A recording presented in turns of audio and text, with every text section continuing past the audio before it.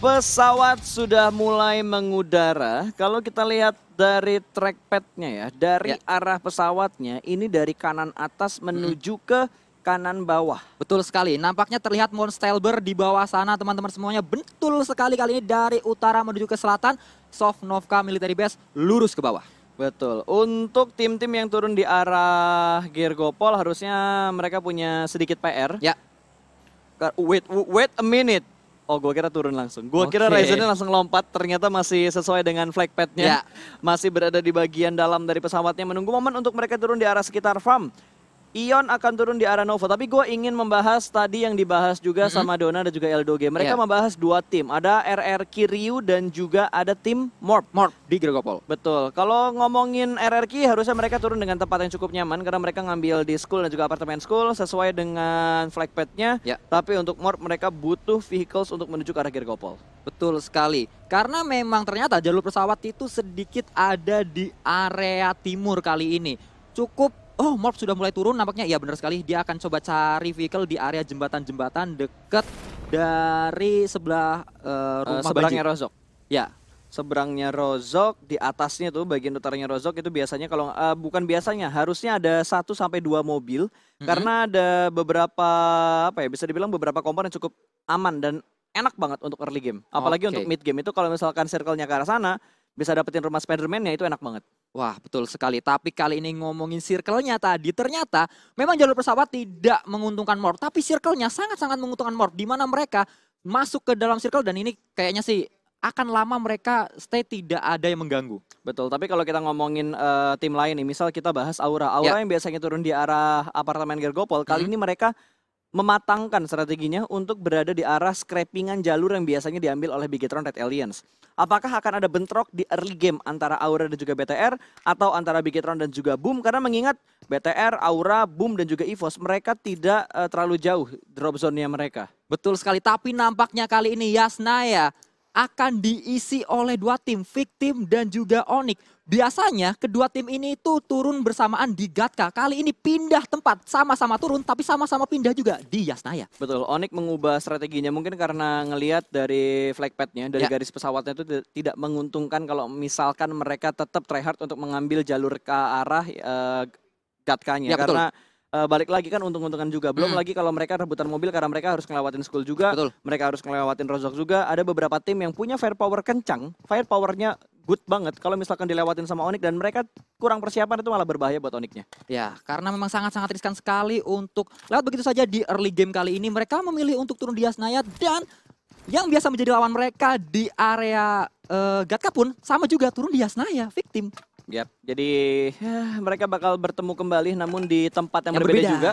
Kali ini kita bakal melihat statistik dari RRQ, ada Meltway dengan 60 kill, assistnya 40, knock 58, damage-nya 14.104 dengan senjata favoritnya M24. Kalau ngelihat dari jumlah kill-nya Meltway, 60 kill di regular season. Kalau kita lihat data, RRQ mendapatkan 305, berarti Meltway menyumbang kill yang cukup banyak semasa regular season. Betul sekali, kali ini Meltway nampaknya memang memiliki sangat-sangat mengambil andil ya di dalam RRQ berjuang di regular seasonnya. Dan kali ini kita melihat gyro sensitivity dari seorang Meltway kali ini. Rata kanan dari third person kamera dan juga red dot serta holonya. Betul, tapi kali 3-nya di 220%, 60% untuk dikali 8 scope-nya. Ini enak banget ya buat teman-teman komunitas, teman-teman pencinta PUBG Mobile dimanapun kalian berada. Dengan menyaksikan di babak grand final untuk PMPL Indonesia season yang kedua, ini menguntungkan banget karena kalian mendapatkan bisa dibilang ya settingan gyro dari pro player. Bocoran ya? Bocoran, karena kan tidak semua pro player nge-share setting gyro mereka. Tapi kali ini dari 3 match atau dari 4 match yang saat ini sedang kita tonton, di match keempat selalu kita tampilkan beberapa pro player untuk setting sensitivity-nya. Betul sekali. Jadi untuk grand final ini tidak hanya menjadi tontonan tapi juga bisa jadi tuntunan kalian dalam bermain PUBG Mobile. Bahasanya kalbu sekali ya. Benar-benar legit yang dikeluarkan oleh Sunsquee di match keempat kali ini.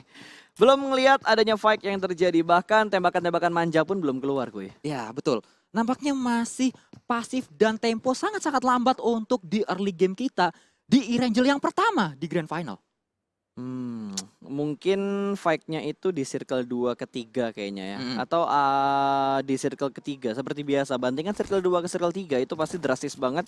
Itu yang ngebuat tim semuanya harus putar ulang lagi strategi mereka. Rotasinya ke arah mana, transit pointnya di arah mana, mau ambil komponen mana, mau fight-nya kapan. Mereka harus benar-benar berpikir banget lah untuk menentukan titik-titik selanjutnya ke arah mana mereka bakal bergerak. Kalau kita ngeliatin Ion, Ion yang saat ini mengambil di daerah Novo setelah Bigetron tidak mengambil di daerah Novo. Betul. Mereka cukup leluasa banget, tapi dengan jalur seperti ini harus diwaspadain banget. Takutnya Bigetron motong di jembatan sebelah kanan ngebuat Ion nggak bisa nyebrang kalau misalkan Ion lewat jembatan sebelah kanan. Atau kalau misalkan mereka pengen ambil jembatan sebelah kiri harus hati-hati banget. Karena scrappingannya Aura biasanya dia ngambil di mercusuar dekat jembatan sebelah kiri. Atau Aerowolf yang bakal motong rotasinya. Karena Aerowolf kan kita tahu Aerowolf turun di arah SMB. Bisa aja motong rotasi dari Ion. Jadi Ion harus bener-bener antisipasi banget antara mereka kepotong sama Bigetron atau mereka kepotong sama Aura ataupun dengan tim Aerowolf. Tapi ada baku tembak sudah mulai terjadi. Boom! Menerima beberapa tembakan dari arah sebelah kanan tadi. Kalau nggak salah rotasinya Boom. Mereka tadi ngelewatin daerahnya Dranix. Jadi menerima beberapa peluru panas juga. Dan Alter Ego juga sudah mendapatkan compound di arah rumah kuning. Betul sekali, dan tadi kalau ngomongin Ion yang berdekatan dengan BTR, itu pun sempat terjadi ya, BTR ngekat pergerakan dari Ion, ditungguin 4 orang di sana waktu itu, 1 orang lewat langsung diledakkan begitu saja vehicle-nya dan 1 orang dipulangkan waktu itu. Waktu itu, tapi balik lagi nih grand final, semuanya nggak pengen coba-coba, mereka ingin menunjukkan yang terbaik juga, tapi kayaknya bakal ada close combat antara tim Aura dan juga tim Lovre Kings, di mana Crowlitz berada di bagian dalam dari rumahnya. Oke, Ozora bakal melempar granat menuju ke bagian seberang dari arah Shake yang ada di depan dia persis. Lemparan granat balasan akan dilemparkan oleh seorang Roses, masih bisa menggocek granatnya, namun goyangannya masih belum terlalu dalam ya, berhasil memberikan lebih dari 50% HP bar Oki Ozora hilang dari arah sebelah kanan. Backup fire sudah mulai dikeluarkan kali ini. Dan Keshi, Roses mereka stick dalam satu compound. Jaden sudah mulai ngeflank ke arah sebelah kanan.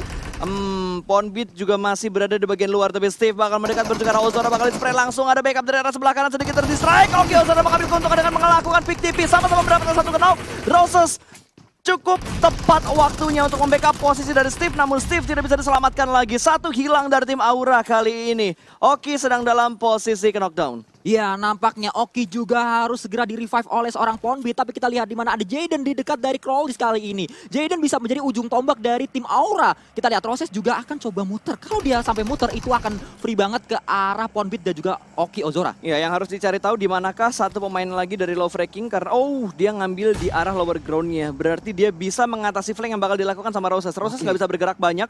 Lemparan balasan menuju ke arah seorang Hans. Tapi Hans masih bisa bersabar dan masih bisa nyaman di arah lower ground-nya, berada di bagian arah kiri dari 3 pemain Lovre Kings yang lainnya. Ozora bakal flank sedikit menuju ke arah sebelah kanan. 2 pemain melakukan stick move, 3 pemain stick move menuju ke arah sebelah kanan. Seperti sudah mulai terdengar ada through the smoke dari seorang Ozora. Belum mendapatkan satupun pemain dari tim Lovre, dari tim Aura. Malah Oki yang Crowlitz yang berhasil diamankan. Casey tidak on point dalam melakukan backup fire-nya tadi. Ya, kali ini kita lihat di mana Casey. Akhirnya bisa dapat Casey kali ini. Tinggal satu lagi, Ponbit yang tersisa. Apakah Ponbit akhirnya bisa diratakan oleh tim Aura? Jaden akan coba maju di sana. Ada Ponbit di belakang kali ini, ada Ponbit di belakang kompon ini. Akan coba diratakan terlebih dahulu. 2 orang yang sudah knock, tinggal Ponbit 1 orang. Sudah ketahuan posisinya, akan coba digerebek kali ini. Yaitu sangat-sangat dekat kali ini. Jaden dan juga Ponbit akan coba dicek jump shoot. Dan kali ini Ponbit pun bisa mendapat 1 orang. Tapi Jaden juga bisa dapatkan oleh seorang Ponbit. Tapi akhirnya, oh my god, Hans yang meratakan semuanya. Mereka lupa kalau masih ada 1 pemain Lovre yang berada di bagian luar dan tidak terprediksi oleh tim Aura. Ya.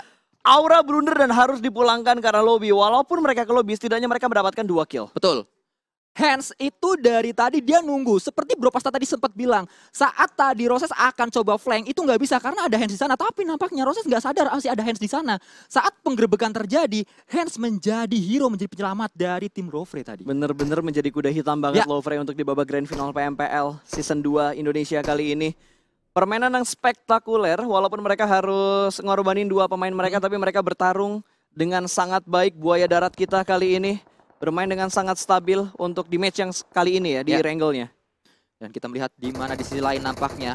Ini dia, Aero akan berhadapan dengan Bigetron. Oh, cinta lama bersemi kembali nampaknya kali ini. Spray down dari seorang Microboy mendapat 1 orang. Tapi belum, hanya bisa mencicil-cicil sedikit saja HP dari 1 pemain Aerowolf. Betul, ini kontrol area yang bagus banget dilakukan sama Bigetron. Ini bukit yang enak. Dia bisa ngelihat rotasi dari bagian SMB. Dia bisa ngelihat rotasi dari arah Pochinki. Dia bisa ngelihat rotasi dari arah Very Pierre juga. Berarti dia bisa, setidaknya posisinya BTR ini bisa ngontrol dari 3 angle sekaligus. Dan mereka benar-benar memperluas kontrol area mereka. Luxi dengan Kar 98-nya sudah mulai menembak skop 6 menuju ke arah Renaldre dengan kendaraannya, namun belum ada tembakan balasan. Super Una bakal kelihatan. Tapping langsung dengan satu peluru dari Luxi, namun belum bisa mencicil damage dari pemain-pemain Aerowolf. Ya, kali ini Luxi masih terus memberikan informasi harusnya masuk ke dalam tim Bigetron. Semua sudah tahu di mana spot dari player-player tim Aerowolf kali ini. Wah, ternyata tidak hanya Bigetron yang sedang memotong rotasi dari Aerowolf, Morp Team dan juga Geekfam juga sudah mulai saling bertemu. 4 lawan 4, belum ada yang pincang, belum ada yang mendapatkan poin kill sama sekali. Geekfam juga tadi bermain dengan cukup bagus di Miramar, namun sayangnya mereka harus ditusunkan begitu saja setelah mendapatkan beberapa poin kill di awal-awal. Sudah mulai setup, sudah saling mengetahui, namun ada Dranix juga kalau kita perhatikan dari minimap dan juga dari angle-nya Datmosh. Tapi kayaknya Dranix gak bakal bisa mengganggu pertarungan ini. Bahkan di sisi lain Aerowolf berhasil menjatuhkan Hijrah dan langsung dipulangkan ke arah lobby. Aerowolf mendapatkan poin pertama mereka. Ya, Super Una nampaknya tadi menjadi pihak yang men-takedown satu orang dari player dari tim Ion. Nampaknya hilang satu, Hijrah. Dan kali ini Aero berarti berkaitan dengan Ion juga berkaitan dengan Bigetron tadi ya. Yap, tinggal bermain pelanan pasti seperti apa pergerakan yang bakal dilakukan dari tim-tim yang berada di arah jembatan sebelah kiri. Fight seperti apa yang bakal mereka lakukan karena ini pasti bakal seru banget. Aerowolf, Bigetron, ada Ion juga di sekitar sini, di mana Ion yang paling dirugikan karena Hijrah sudah dipulangkan ke arah lobby. Mereka kehilangan kapten mereka. Betul sekali, kali ini split 3 area yang berbeda nampaknya. Red Face N, Liquid dan juga Auro mengisi 3 angle yang berbeda dari tim Ion. Oke, dari Liquid mengambil arah Broken Wall sedikit, mencari-cari informasi di bagian bukit seberang apakah setup jarak jauh atau setupnya dempet yang dilakukan oleh tim Aerowolf. Belum ada perang lanjutan lagi, tapi harusnya di bagian utara juga udah mulai ada peperangan sih. Ya, harusnya ya. Ini dari tadi mereka masih belum ada yang melakukan open fire, bahkan belum ada. Ini masih setup aja mereka. Dari tim Morph juga tim Geek, belum ada yang berani untuk membuka tembakannya. Hanya mencari informasi lanjutan di manakah posisi dari lawannya. Tapi di sisi lain, Morpheus bisa mendapatkan reset armor kali ini. Betul, satu set Robocop terus ngedapetin AWM. Wait. Jarang rasanya Fast tanpa helm dalam sebuah airdrop. Tadi Fast-nya doang, apa udah diambil atau gimana, tapi dia nggak ngambil, nggak ada helm. Berarti dia cuma dapet Fast-nya doang. Berarti itu supply atau airdropnya nggak ada helm. Betul. Setengah set Robocop berarti. Ada yang begitu ya? Itu tadi barusan. Ya. Nah, ini dia. Circle kematian, circle ketiga. Bagian selatan sih lumayan rame. Ada Bigetron, ada Aerowolf, ada Ion juga. RRQ juga bakal join. Di bagian tengahnya, di bagian centernya juga cukup ramai. Ada 1, 2, 3, 4, 5 tim yang jaraknya tidak terlalu jauh. Hanya tinggal mencari informasi tim mana yang sudah mereka pandangin dari tadi. Betul sekali, ini akan terjadi penumpukan di tengah circle-nya. Dranix, Geek, Morph yang dari tadi sudah berkatan, ini pasti akan fight sebentar lagi, prediksi saya. Ya mungkin, atau ada tim lain yang bakal fight terlebih dahulu. Ngelihat Onyx tadi yang bergerak dari arah barat, mereka bakal masuk ke dalam circle. Harusnya mereka ketemu kalau nggak salah sama Siren, karena Siren ada di sisi barat. Dia ada di sisi barat, harusnya yang dari luar circle di arah barat bakal ketemuan sama Siren. Kalau memang rotasinya Onyx itu sejajar dengan posisinya Siren saat ini. Ya betul sekali, tapi kali ini kita melihat dari tim Dranix ini yang dari tadi kita lihat mereka berkatan tapi belum ada open fire. Tapi di sisi lain nampaknya Siren akan coba berhadapan dengan tim Onyx dan langsung saja satu orang dipulangkan tadi Ken nampaknya oleh Audrey. Scouternya ketahuan kan, lagi pengen ngebuka jalan terus tiba-tiba dikasih HB, dia dikasih kue beserta lilin yang menyala apinya langsung saja.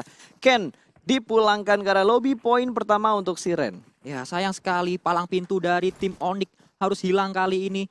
Kita melihat kembali dari tim Siren nampaknya.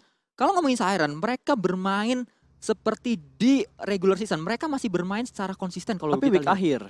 Siren itu konsistennya di week akhir. Di week akhir. Di minggu-minggu akhir. Betul, itu lebih aman sih. Itu lebih aman. Di minggu-minggu akhir. Impresif ya. Tapi sepertinya dari Siren juga nggak pengen main santai di babak grand final gue. Mereka pengen menunjukkan yang terbaik. Ya.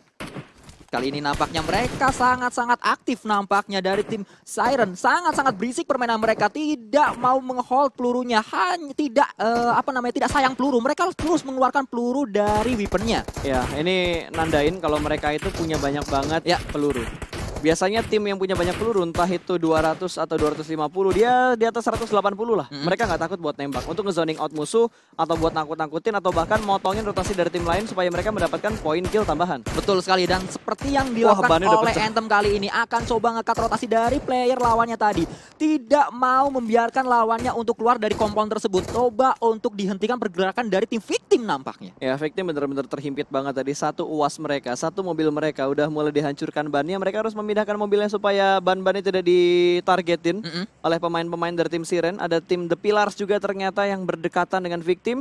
Gatka terpisah menjadi 2 tim. Ada Victim dan juga The Pillars yang kali ini masih belum melakukan baku tembak. Mereka hanya mencari kompon yang mereka inginkan. Mereka hanya mendapatkan hiding spot mereka doang. Tempat transit mereka sebelum circle-nya berpindah kembali. Karena bentar lagi circle keempat akan terlihat. Akan ada free shoot dari arah Bubu. Mendapatkan 1 pemain dari tim Morph. Rensky tersungkur begitu saja. Namun angle shootnya masih tertutup dan masih bisa di-revive. Ya, nampaknya Rensky tadi tertakedown di udara teman-teman semuanya. Oleh seorang Bubu kali ini akan coba di-revive. Tapi Bubu juga melakukan pergerakan. Ini informasi sudah masuk banyak sekali ke arah tim Geek. Dimana mereka sudah tahu di depan sana ada tim Morph dari Killfit tadi. Betul, ini bakal nge-push perlahan-lahan, lemparan granat ke arah sebelah kanan. Rensky berhasil di-revive, sudah melakukan healing juga 4 lawan 4 antara Morph dan juga Geek Fam. Tapi Rensky berhasil diamankan, Toms. Lagi-lagi pemain Geek berhasil menjatuhkan 1 pemain dari Morph Team. Lempar granat lagi menuju ke bagian kiri dari perumahannya. Meletup sudah granatnya, namun tidak ada satupun yang knock dari Morph Team. Zai bakal membackup dari bagian up-top dan kali ini hampir saja mendapatkan 1 lemparan granat bertubi-tubi bakal dilempar terus-menerus.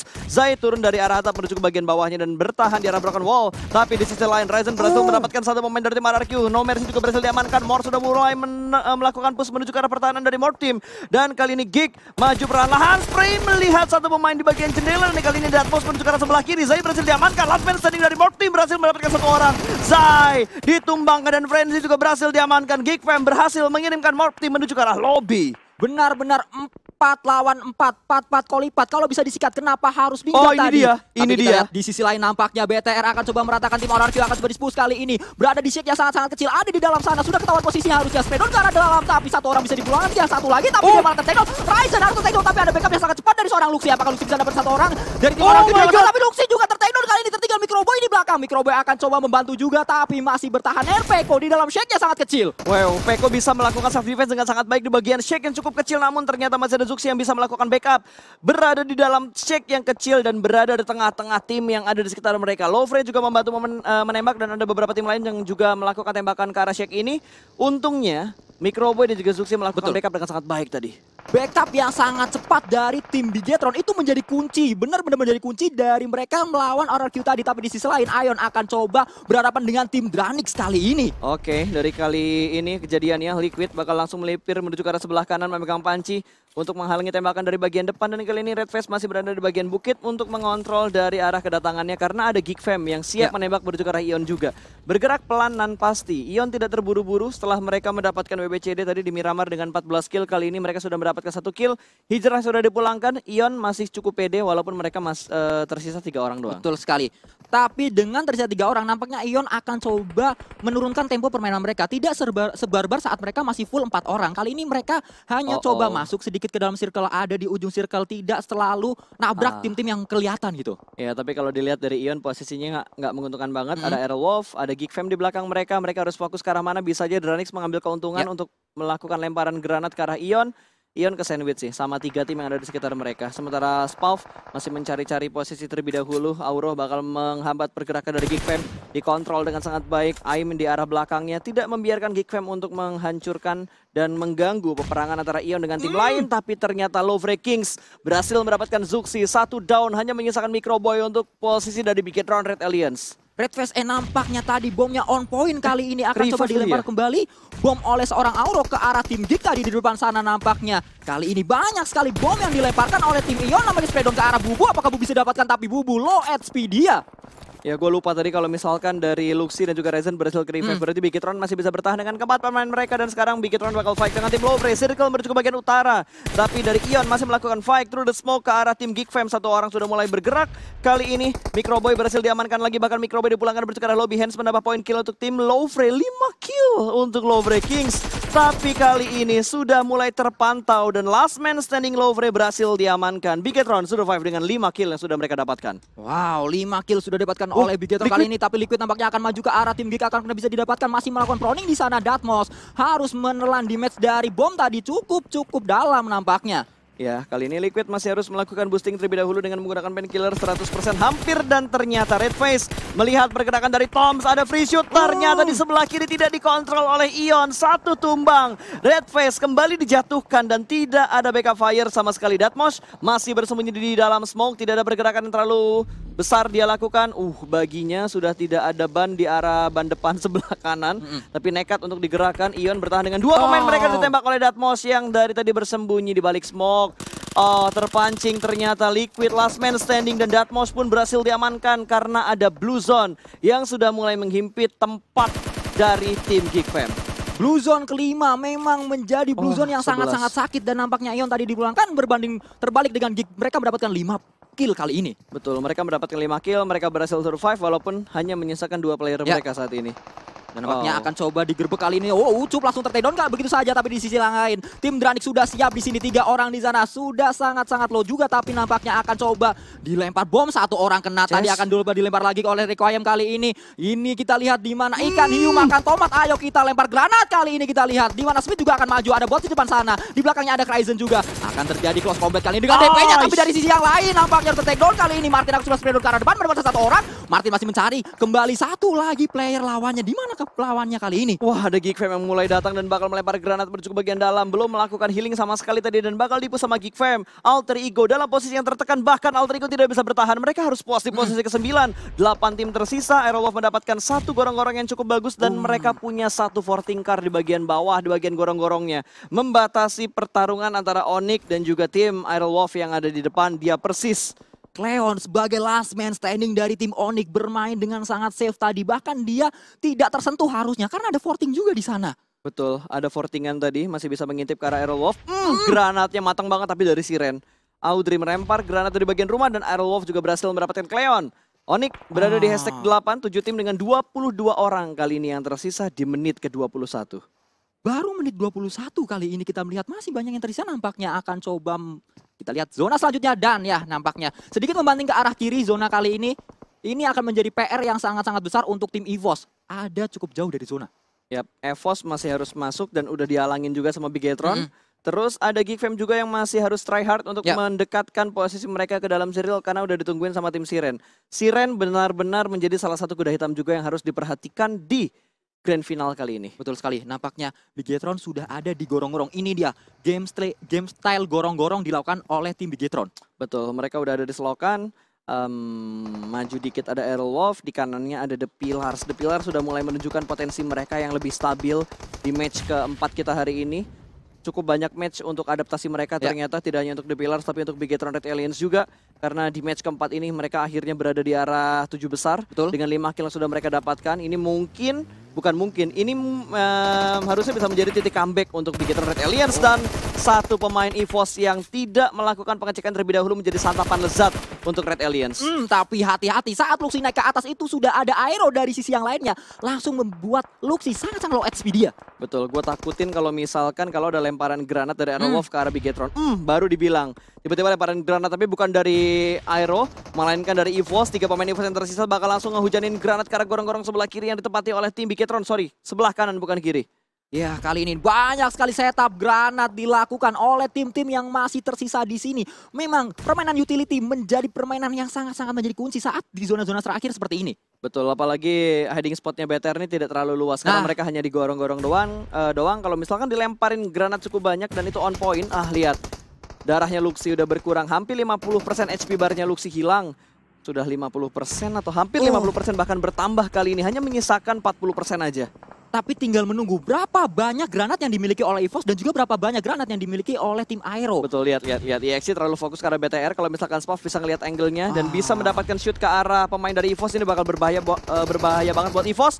Bigetron juga tidak tinggal diam, ternyata mereka bakal membalas tembakan dan ternyata Zusi bakal bangkit dan berhasil mendapatkan 1 orang. Laser berhasil diamankan, namun terjadi trade knock antara Bigetron dan juga tim EVOS, sama-sama mendapatkan 1. Dan di sisi lain Aerolov juga bakal perang dengan tim The Pillars. Mereka juga terus memantau pergerakan dari arah gorong-gorong, takutnya ada pemain BTR yang datang ke arah mereka.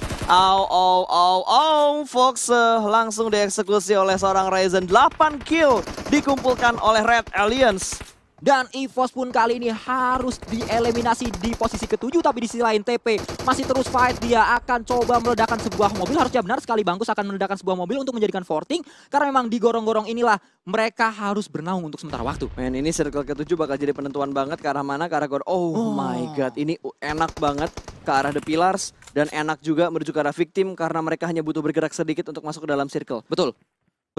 Sedangkan tim nomor 9 kali ini, Geek Fam nampaknya mereka harus cukup jauh masuk. Saat mereka mau masuk pun ada tim lain, Aero sudah menunggu di sana. Yap, ini masalah waktu sih. BTR mau nge-push mereka harus ngadapin Aero mau nge-push mereka harus ngadapin The Pillars, belum lagi gangguan dari Siren yang bisa ngelempar utilities dari dalam rumah. Betul. Dan kali ini benar sekali nampaknya utility akan dilakukan oleh seorang Luxi, akan melemparkan ke arah depan, ke arah tim Aero. Akan coba dicari, tapi kali ini setup smoke untuk maju. Karena RA juga butuh maju sedikit ke arah depan. Betul, movement yang rapi banget dilakukan oleh Luxi tadi. Melempar smoke terlebih dahulu, bertemu angle shoot dari arah sebelah kiri. Sementara Zuxi sudah berhasil menuju ke bagian depan, walaupun masih belum bisa masuk ke dalam circle. Harus hati-hati Bigetron karena di bagian kanan mereka ada tim The Pillars. Terus ada Spov juga yang masih menahan di bagian bawah dari gorong-gorongnya. Ya, kali ini momentum sih, harus mendapatkan timing yang bagus bagi semua tim supaya mereka bisa mempertahankan tempat yang sudah mereka tempatin saat ini. Betul sekali, tapi ngomongin tempat ini, tempatnya TP itu benar-benar enak banget. Tapi Zuxi nampaknya akan coba mendekat kali ini. Sudah bisa melempari sebuah utility juga ke arah tim TP tadi. Hati-hati tim TP. Wah, TP ke distract. TP lagi pengen fokus ke arah BTR, tapi tiba-tiba Aerowolf bakal maju. Wow, menembus smoke ini dengan menggunakan M4-nya. Ditembak dari arah sebelah kanan. Ternyata Potato bakal ketahuan sama tim Bigetron. Bahkan kali ini Aerowolf berhasil mendapatkan onta. Bobo juga berhasil diamankan dan dipulangkan menuju ke arah lobby. Zuxi mendapat point kill. Terlihat ada spray through smoke, namun belum bisa menjatuhkan satupun pemain dari tim Bigetron karena ada backup dari arah sebelah kanan. Oh, Aerowolf, mereka benar-benar bisa memanfaatkan momen ini untuk maju pelanan pasti. Sementara The Pillars sepertinya sudah tidak bisa bertahan lagi. The Pillars dipulangkan ke arah lobby. 4 tim tersisa, bahkan ada beberapa pemain juga dari Bigetron yang termakan oleh Blue Zone. Luxi dipulangkan begitu saja. Aerowolf menambah 1 kill point lagi untuk timnya. Potato benar-benar maju, dia benar-benar bisa mengontrol area gorong-gorong dengan sangat baik. Dia tahu di mana lawannya. Saat di depan tadi ada TP, dia maju ke depan melewati smoke-nya. Setelah itu dia tahu di kanan ada Bigetron. Dia pun fokus ke kanan. Tadi bisa didapatkan seorang Luxi bahkan oleh seorang Potato. Zuxi terlihat dengan sangat jelas oleh 2 player dari tim Aerowolf. Tapi Bigetron harus puas di posisi keempat kali ini. 3 tim tersisa. Masih ada Siren, masih ada Victim, dan juga masih ada tim Aerowolf. Aerowolf ngumpulin kill udah lumayan banyak loh. Mereka mendapatkan kurang lebih 6 kill saat ini. Siren juga 6 kill. Victim belum mendapatkan kill sama sekali. Victim menyebar formasi mereka 2-1-1 setup yang mereka lakukan. Sementara kali ini dari Misery, dia berusaha untuk menyelamatkan Fajar terlebih dahulu di balik jerami. Blue Zone akan bergerak kurang lebih setengah menit lagi. Berarti mereka masih punya timing untuk melakukan revive dan juga healing. Victim, walaupun mereka belum mendapatkan kills, tapi mereka masih lengkap 4 orang. Tadi Fajar memang dia kenok, tapi harusnya bisa di revive. Dan benar, bisa di revive kali ini seorang Fajar.